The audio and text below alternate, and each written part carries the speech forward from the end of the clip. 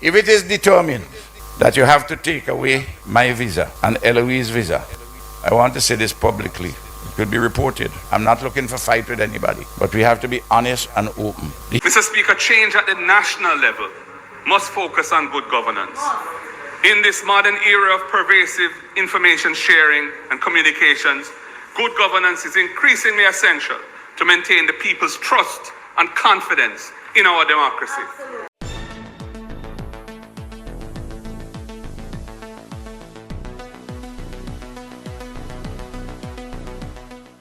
Bless up, ABR family and viewers. Welcome back to the channel. It's your girl, Isabella Rose. And in this one, the U.S.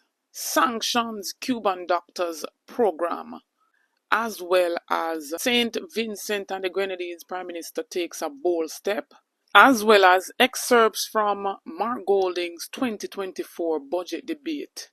Stay tuned for the details at hand. Don't forget to like, share, and subscribe to the channel. Notification shout out goes to Pat Double. Big up yourself, Mrs. Thanks for the continued support from each and every one. So, ABR family, we're seeing since the newly minted President of the United States of America, Donald Trump, took office, he has signed over some 300 executive orders. And this one making its round on social media, where we're seeing they're taking sanctions on Cuban doctors program.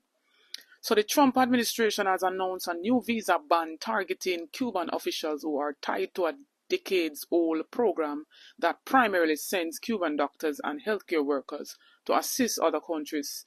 Secretary of State Marco Rubio erroneously described the program as forced labor. Cuba began deploying doctors around the world after the 1959 Cuban Revolution to disaster sites and during disaster outbreaks such as at the peak of the COVID-19 pandemic and during the Ebola outbreak in West Africa. Cuba's Foreign Minister Bruno Rodriguez slammed the restriction as part of Rubio's personal agenda. Rubio is the son of Cuban immigrants and has persistently advocated for harsher sanctions on Cuba despite the catastrophic impacts. And we know a whole heap of countries get assistance from the Cuban doctors, Cuban nurses, and even Jamaica, where they go there, they do eye surgeries for them free of cost, and they go around the world, they go around the Caribbean. I've worked with a few of them, and so I know, and they can work very well.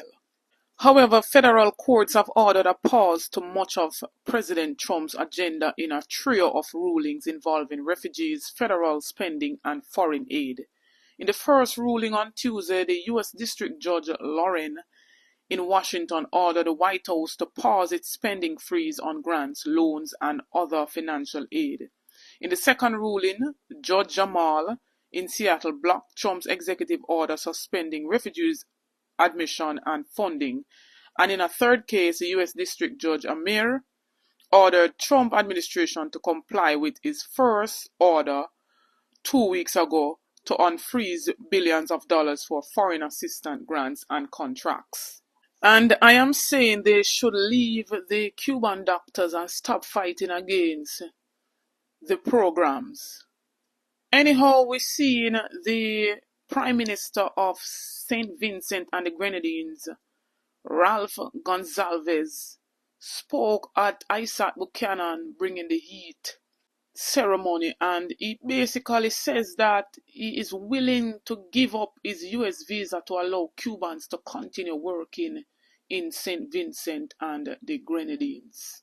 If it is determined that you have to take away my visa and Eloise's visa, I want to say this publicly. It could be reported. I'm not looking for fight with anybody, but we have to be honest and open. The hemodialysis which we do in St. Vincent at the Modern Medical and Diagnostic Center with these 60 persons, without the Cubans there, I will not be able to offer that service. So, does anybody expect that I, to go because I want to keep a visa, that I would let 60 persons from the poor and working people to die? It will never happen. The Secretary of State of the United States of America has issued a statement that countries which are complicit in his words with trafficking in persons and exploiting Cuban professionals, the doctors and engineers who come, that those who are complicit would lose their passport, they lose their visas and their families. Now, I know we're not involved in any exploitation of Cuban workers. And I know that the Cubans are not involved either, the Cuban government. I know the arrangements. And I believe that the Secretary of State is a good and decent man. And if he knows the facts, I'm sure that he will understand that we are not involved in that. And as always, we are yet to hear from our current Prime Minister, Andrew Holness, on very important matters like these. But because he's held between, I guess, the US and the Chinese, why he will not come out public and make a decision, or they're held, so close to their visas, they don't want to lose their visas. So they will not come and make bold movements like this. They will not come out as true leaders because they are not true leaders. Weak leaders. And we need leaders who will take bold steps, such as Mr. Gonsalves, and stand in the face of adversities like these, threats like these, whether you want to lose your visa, yes or no. We see in the current president of the Americas trade war, tariff here and there.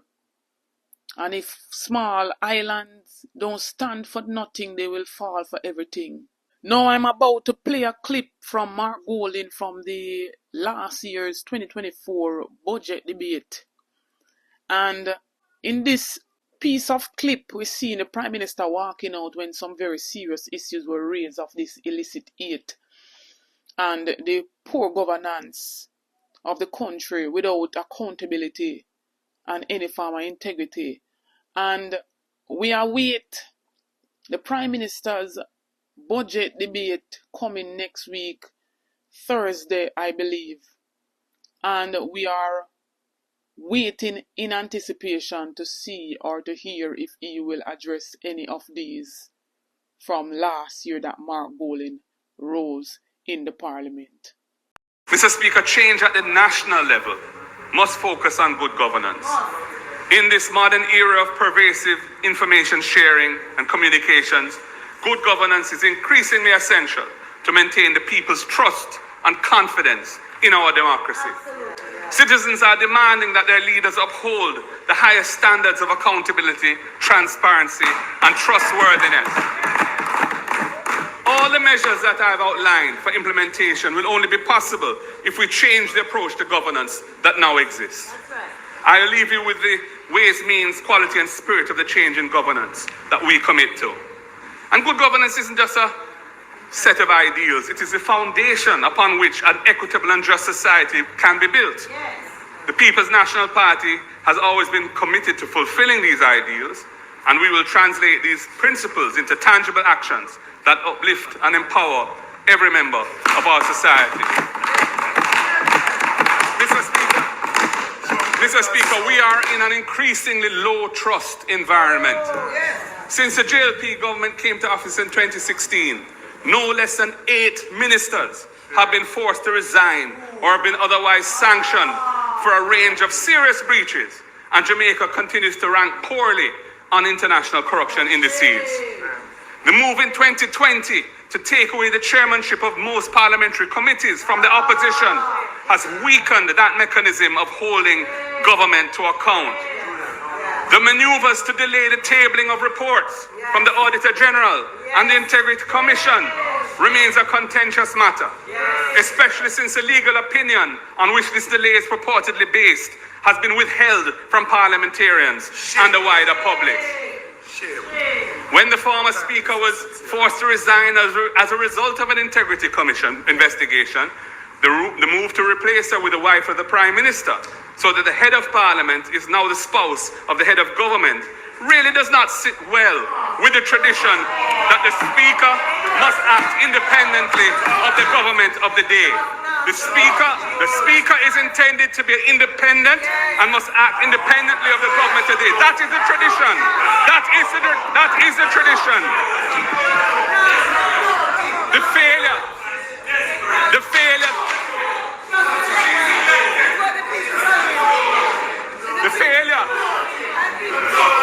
Mr. Speaker. Members.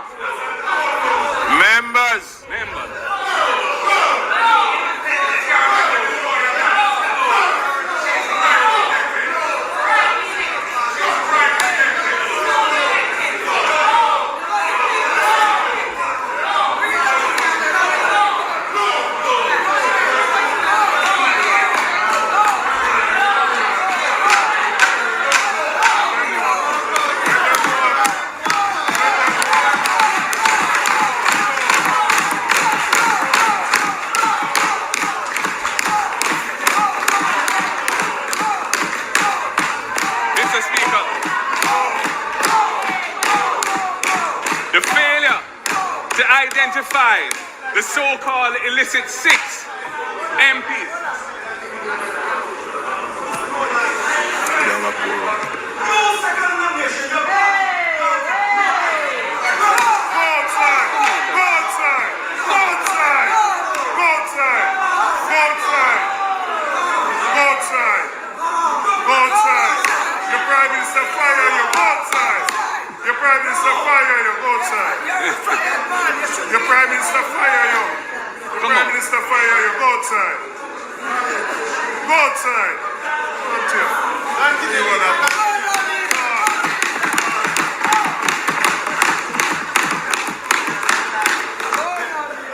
The failure to disclose the identity of the so-called illicit 6 MPs who are under investigation by the Integrity Commission for illicit enrichment remains.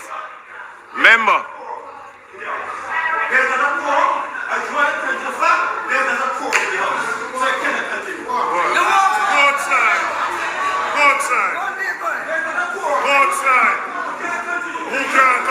At this time,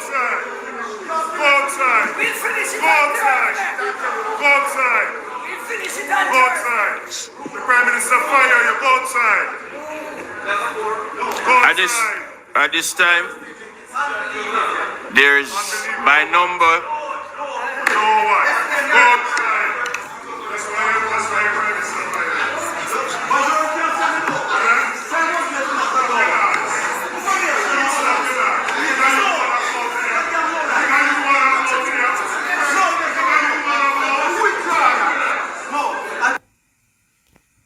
And as we are approaching closer and closer to this general election, no room for error, no time to lay. We have to drive these points home so the people them remember what has taken place under this current government. When we have the Prime Minister cannot speak on the illicit 8, we know that he is one of them under investigation for such. What about the other 7? None of them should be on our ballot box going into this general election. So these are some very important issues that needs to be addressed. And we await his budget debate. We await the other budget debates. And we know that the Minister of Finance, Favour Williams, will speak today. ABR family, drop on the 2 cents in the comment section, make a reason. Don't forget to like, share and subscribe to the channel. Get this video to at least 5,000 likes. Stay tuned for more videos, stay tuned for more updates. Big up on yourself.